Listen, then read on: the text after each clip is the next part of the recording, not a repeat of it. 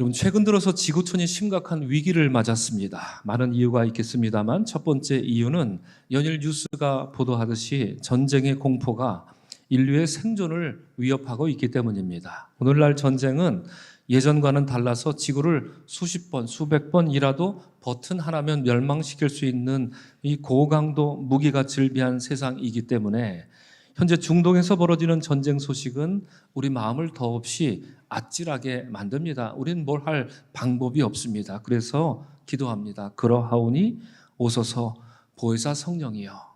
둘째로는 이미 오래된 일이고 제가 많이 강조하며 우리 교회가 이를 위해 기도하고 있습니다. 심각한 기후 변화가 빠르게 진행되고 있습니다. 이제 인류는 거의 회복 불가능한 환경 파괴 문제에 직면하고 있어서 어디서부터 손을 대야 할지, 아니 그냥 포기해야 하는 건 아닌가? 이런 생각이 들 정도로 하나님이 아름답게 지으시고 보시기에 좋았다 지으신 이 지구 환경이 인간에 의해 무참히 짓밟히고 있는 형국입니다. 우리는 아무것도 할 일이 없습니다. 그래서 우리는 기도하게 됩니다. 그러하오니 오소서 보혜사 성령이여. 셋째는 인공지능 기술이 급격히 발달하면서 인류 미래를 한 치 앞도 예측할 수 없게 되었다는 점입니다. 학자들은 인공지능 기술이 발전할수록 인간의 자리는 점점 밀려나면서 인류에게 치명적인 손상을 입힐 것이다 말하는데요. 이와 관련해서 세계적인 석학 이스라엘의 유발 하라리 교수는 지난 2018년, 주목하십시오. 2018년에 이런 얘기를 했습니다. 기술혁명은 앞으로 수십 년 내에 탄력받을 것이고 그로 인해 인류는 지금껏 겪어오지 못한 가장 힘든 시련에 직면할 것이다. 이렇게 경고했습니다. 여러분, 다시 말씀드립니다. 2018년에 이런 얘기를 했습니다. 수십 년 내에 이럴 것이다 예측했는데 겨우 8년 지났습니다. 그런데 그가 우려한 것이 이미 현실화되고 있습니다. 우린 그런 시대를 살고 있습니다. 바야흐로 우리는 철저히 인간에 의한, 인간만을 위한, 인간만의 세상을 추구하는 인간 중심적인 시대를 살고 있습니다. 하지만 아이러니하게도 인간이 인간을 위해 뭘 만들고 발전시키고 한다곤 하는데 이런 시대야말로 인간의 생존을 위협합니다. 인간을 외롭게 만듭니다. 스마트폰으로 우리는 항상 연결돼 있긴 하지만 우린 더 외롭고 고독합니다. 인간을 타락시키지요. 멸망을 향해 가면서도 멸망당하는 줄 모르고 계속 나락으로 떨어지고 있는 인류의 모습을 봅니다. 우리가 뭘 할 수 있을까요? 그래서 우리는 기도합니다. 그러하오니 오소서 보혜사 성령이여. 여러분, 이런 세상과 인간의 행태를 보시는 하나님 마음이 어떨까 생각해 봅니다. 하나님이 기뻐하실까? 휴머노이드 로봇 만들면 하나님이 좋아라 하실까? 야, 신기하다. 인간 참 기특하다. 하나님이 그렇게 생각하실까? 아닐 것만 같습니다. 혹여 그 옛날 노아 시대 사람들을 보시면서 하나님이 땅 위에 사람 지으셨음을 한탄하시고 마음에 근심하셨다 말씀하셨던 것처럼 하나님의 탄식과 신음이 지금 우리가 사는 이 땅을 적시고 있는 건 아닐까 싶은 생각을 감출 수 없습니다. 이러한 하나님의 신음과 탄식 앞에 우리는 다시 한번 할 일 없이 기도하게 됩니다. 우리 다 같이 기도합니다. 그러하오니 오소서 보혜사 성령이여. 오늘 우리는 요한복음 14장의 말씀을 나누었습니다. 요한복음 14장은 이제 곧 십자가 고난을 받으시고 제자들과 이별하게 될 것을 아신 주님께서 제자들에게 주신 고별 설교 중 일부입니다. 말 그대로 이별을 고하는 설교, 그래서 고별 설교라고 하지요. 이 설교에서 주님은 제자와의 이별을 앞서 한 가지 약속해 주시는데 비록 내가 떠나지만 너희에게 보혜사 성령으로 내가 함께 할 것이다. 이렇게 약속의 말씀을 주십니다. 보혜사 많이 들으셔서 잘 아실 것입니다. 기본적으로 이 뜻은 옆에서 돕는 자를 뜻하는 헬라어고요. 당시 헬라 로마 시대 때는 보혜사 파라클레토스라고 하는 사람은 법정에 출두해서 피고를 돕는 조력자, 법률인을 뜻하는 그런 말이기도 했습니다. 그런데 이 말은 요한 문서에만 나옵니다. 다른 복음서에는 나오지 않는 말인데요. 이 뜻을 외국말로 옮길 때는 굉장히 어렵습니다. 왜냐하면 하나의 뜻만 있는 게 아니라 여러 가지 다양한 뜻이 있기 때문에 그렇습니다. 그래서 영어 성경은 comforter 이렇게 고백합니다. 위로하는 사람 이렇게 고백하죠. 그리고 advocate, 어떤 버전은 그렇게 변호인 이렇게 번역을 하기도 합니다. 독일어 성경을 찾아봤더니 트레스터 이렇게 말합니다. 이 루터가 이렇게 번역을 하는데 역시 위로하는 사람 이렇게 번역을 합니다. 그런데 다들 뭔가 좀 마땅치가 않습니다. 좀 뭔가 부족해 보입니다. 이에 비해 여러분 자랑스럽게도 우리말 성경은 훨씬 성의 있게 그리고 이 단어를 아주 고심하면서 번역한 것 같습니다. 우리말 성경은 이 단어를 옮기기 위해 은혜로 우리를 보호하시는 분이라는 뜻으로 국어에도 없었던 말 신조 보혜사라는 말을 만든 겁니다. 오로지 이 본문에 나오는 보혜사 성령 파라클레토스를 위해 국어가 만들어진 것입니다. 어감도 그렇고 뜻도 그렇고 이 번역은 아마도 여러 언어로 번역된 성경 중 단연 으뜸이 아닐까 싶어서 굉장히 이 본문을 읽을 때마다 자랑스러운데요. 이러한 보혜사에 대해 오늘 본문에서 예수께서는 다음에 세 가지 중요한 것들을 말씀해 주십니다. 첫째, 예수님이 보내시는 보혜사는 우리와 영원히 함께하는 분이다 이렇게 약속하시죠. 우리 16절을 함께 읽겠습니다. 내가 아버지께 구하겠으니 그가 또 다른 보혜사를 너희에게 주사 영원토록 너희와 함께 있게 하리니. 예수님은 2000년 전 유대 땅 베들레헴에 성육신 하셨습니다. 주님이 성육신 하셔서 이 땅에 오신 것은 보이지 않는 하나님을 말씀과 행동으로 보여주기 위해서 오셨습니다. 여러분 이거 중요한 얘기입니다. 하나님 보이지 않죠? 그러니까 사람들이 하나님의 뜻을 모릅니다. 하나님이 어떤 분인지 알 수가 없어요. 그리고 예수님이 하나님이 어떤 분인지 보여주기 위해서 직접 들려주시기 위해서 우리에게 오셨다. 그래서 말씀이라는 단어, 행동이라는 단어는 신학에서 굉장히 중요하게 여기는 표현입니다. 다시 말씀드립니다. 주님이 성육신 하셔서 이 땅에 오신 것은 보이지 않는 하나님을 말씀과 행동으로 보여주시기 위해서 오신 것입니다. 이런 이유로 초대교회 교부들은 이렇게 말합니다. 예수님을 보는 것은 아버지를 보는 것이다. 왜냐하면 아들은 아버지의 정확한 형상이기 때문이다 라고 말했습니다. 오직 30년 동안 성자 하나님이 육신을 입고 이 땅에 사셨습니다. 그 이전에도 그런 적이 없고 이후로도 그런 적이 없습니다. 딱 30년, 우주 만물이 창조된 이래로 성자 하나님이 인간의 육신을 입었던 기간은 딱 30년입니다. 그때 주신 그 말씀과 그 행동이라고 하니 이 얼마나 복되고 값진 일이겠습니까? 이로써 예수님은 마태복음이 말해주듯이 세 가지 사역을 하셨죠. 치유, 가르침, 선포. 그리고 이거 꼭 기억해야 되는 것입니다. 끝내 그리고 우리 죄를 짊어지시고 십자가에서 죽으셨습니다. 이런 점에서 엄밀히 생각해 보면 육신을 입은 예수님은 구속사건을 완성시키기 위해서 유대 땅이라는 특정 지역에만 계실 필요가 있었습니다. 성자 예수님은 그 30년 동안에는 대한민국에는 없었다는 얘기입니다. 이 조선 땅에는 안 계셨다는 얘기입니다. 그 30년 동안에는 유대 땅에만 계셨다는 것입니다. 이에 반해 본문에서 예수님이 약속하신 보혜사는 육신을 입지 않은 영이다. 주님 말씀하십니다.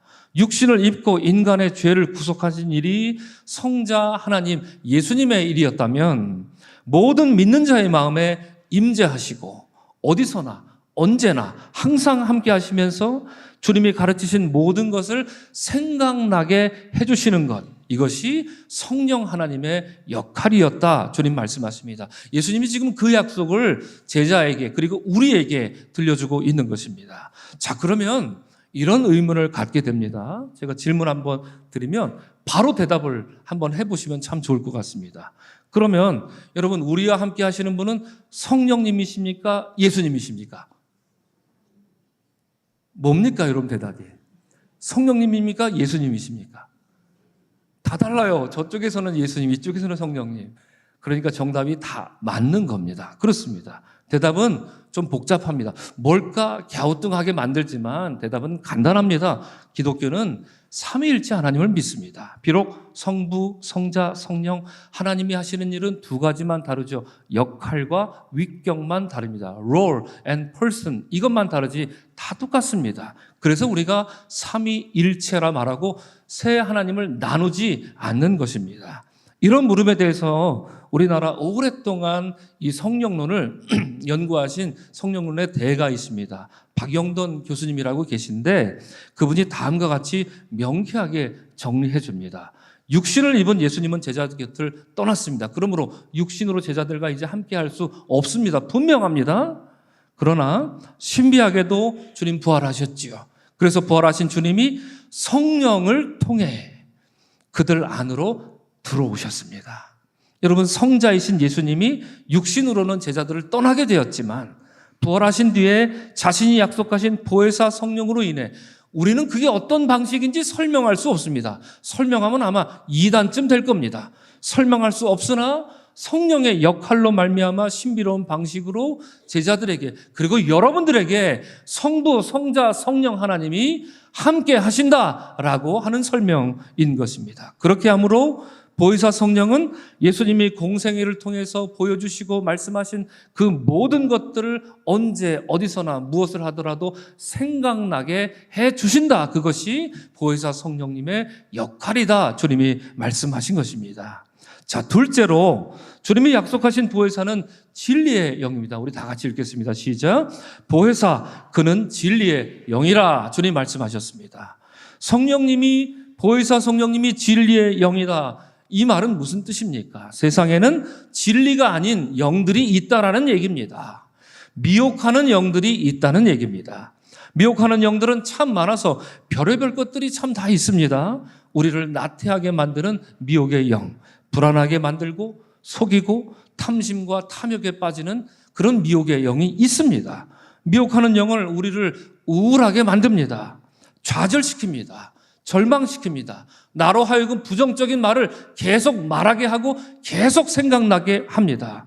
분열하게 하고요. 다투게 만듭니다. 이 모든 일이 성령이 하시는 일일까요? 그렇지 않습니다. 다 자질구레한 잡다한 미혹의 영들이 하는 일들입니다. 우리는 이것을 총체적으로 미혹의 영 이렇게 부르는 것이지요. 요한일서 4장을 보면 진리의 영과 미혹의 영을 그래서 이렇게 구분합니다. 자녀들아 너희는 하나님께 속하였고 그들은 세상에 속한 거로 진리의 영과 미혹의 영을 이로써 아느니라. 여러분은 하나님께 속하셨습니까? 세상에 속하셨습니까? 제가 보니 세상에 속한 자는 한 명도 없어 보입니다. 여러분 모두 하나님께 속한 자입니다. 우리는 진리의 영에 속한 자입니다. 자, 그러면 하나님에 속한 자, 세상에 속한 자 이 둘의 차이는 뭡니까?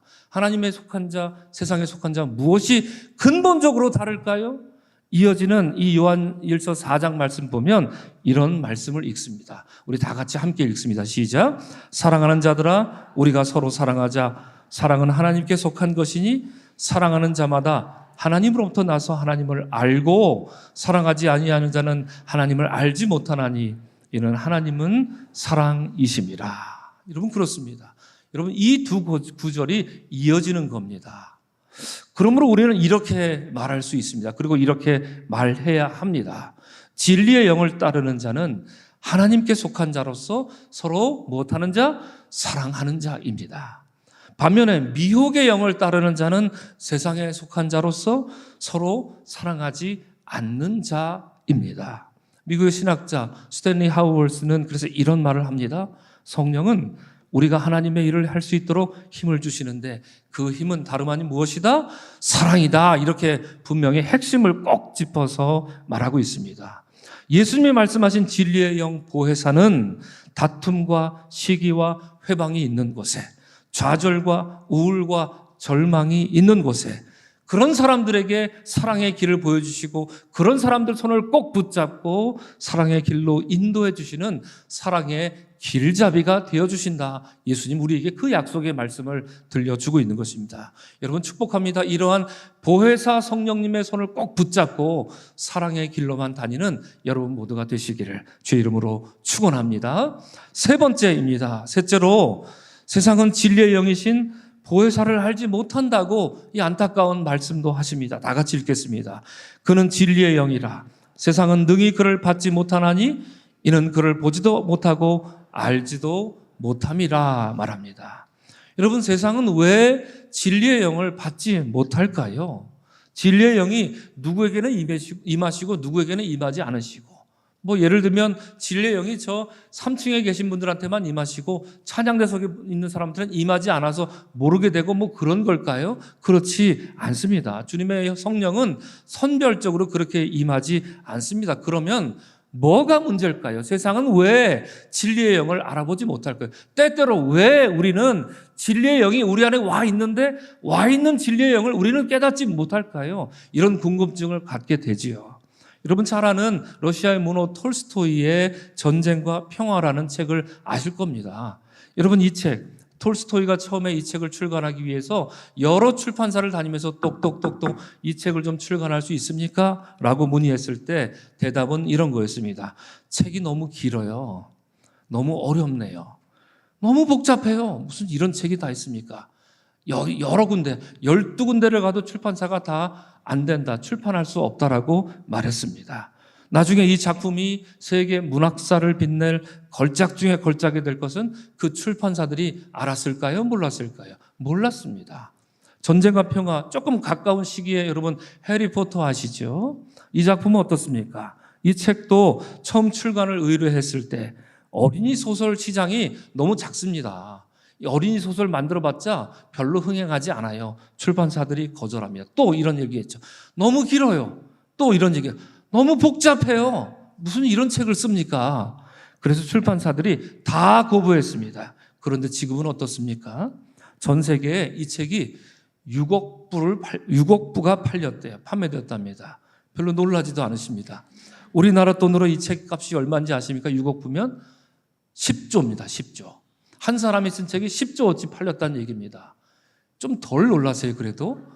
여러분, 영화로 만들어졌잖아요, 그죠? 영화까지 다, 이렇게 저렇게 다 합치면 이 책으로 인해서 나온 수익이 얼마인지 아십니까? 30조 원입니다. 예. 염비섭 장로님, 감사합니다. 예. 학소리를 내시면서 놀라 주셔서 감사합니다.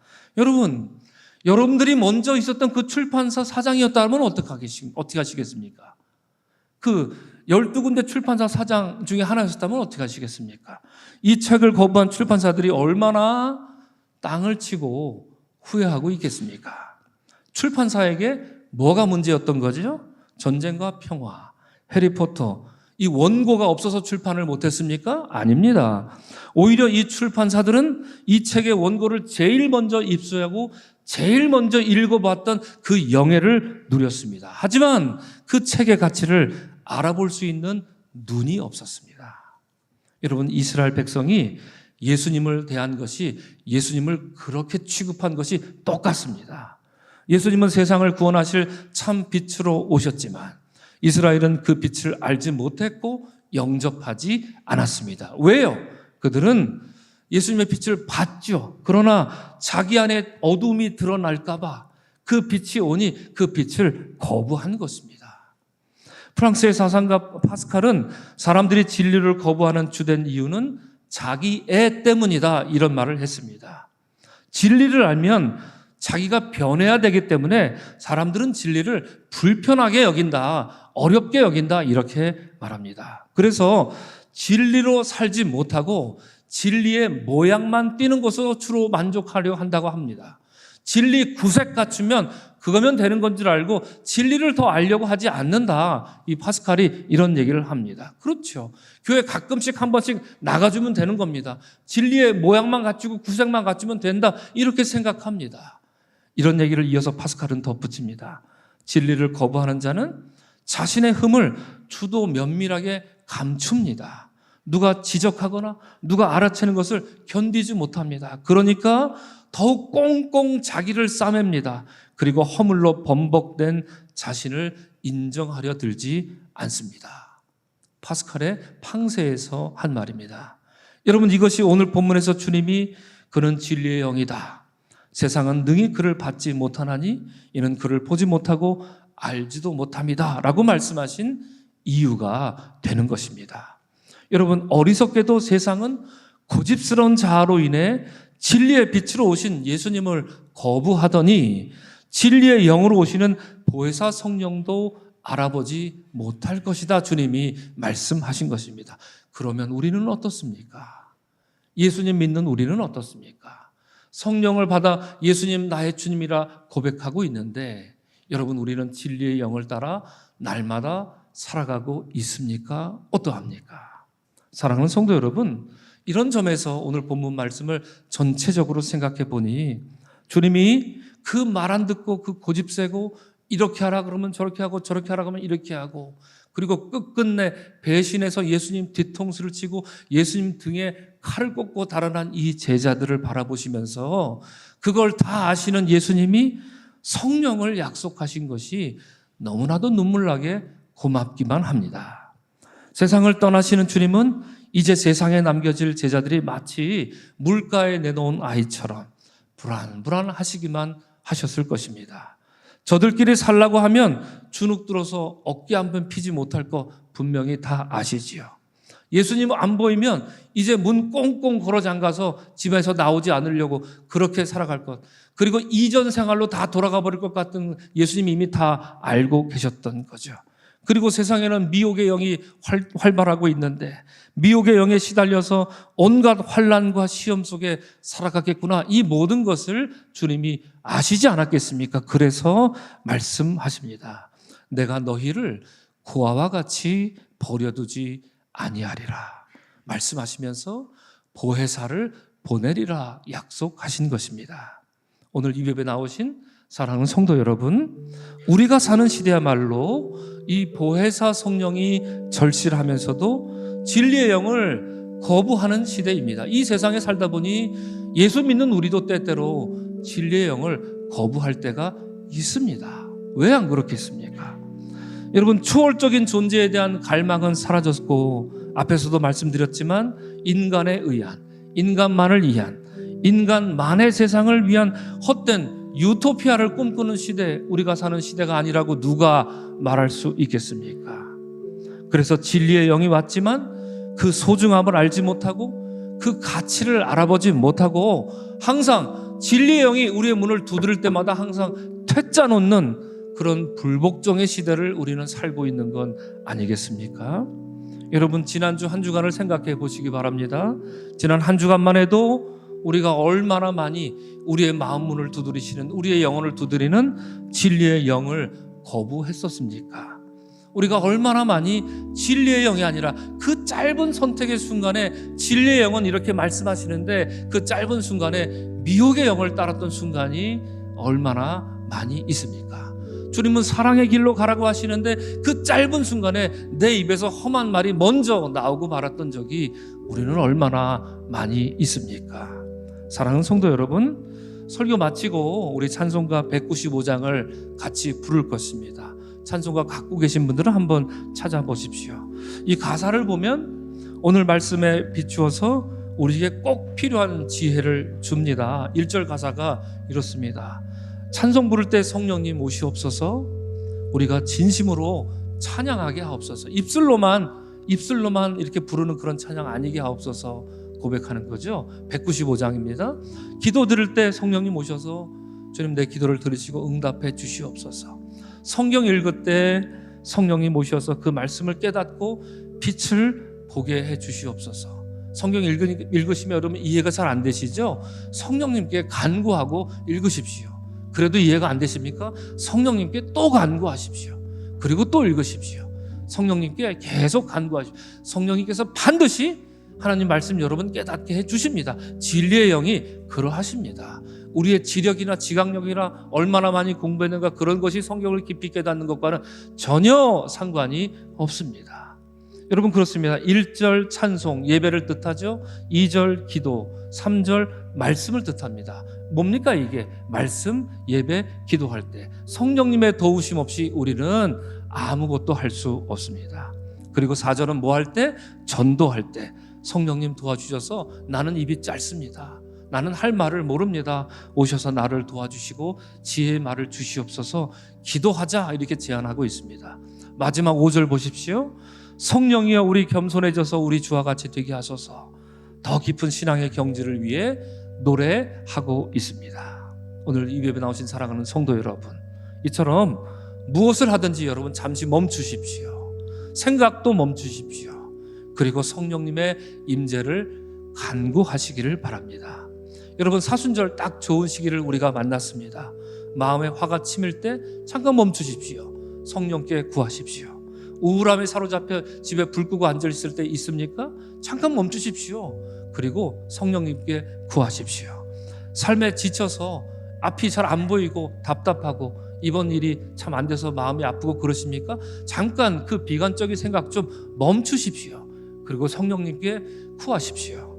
여러분, 신앙의 기쁨이 이제 별로 없어지고 사라지고 막 그렇습니까? 신앙의 회의가 오고 낙심하고 요새 혹시 그렇게 보내는 분 계십니까? 잠깐만 멈추시고 성령께 구하십시오. 그러하오니 오소서 보혜사 성령이여. 이 짧은 구절의 기도로 하나님께 기도하며 사순절을 살아보시기 바랍니다. 그리하여서 사도 바울이 디모데후서에서 이런 말을 했습니다. 우리 다 같이 읽겠습니다. 우리 안에 거하시는 성령으로 말미암아 내게 부탁한 아름다운 것을 지키라. 말씀하신 것처럼 주께서 여러분에게 주신 사명을 보혜사 성령이 주시는 능력과 권능으로 온전히 준행하는 여러분이 되시기를 주님의 이름으로 간절히 축원합니다.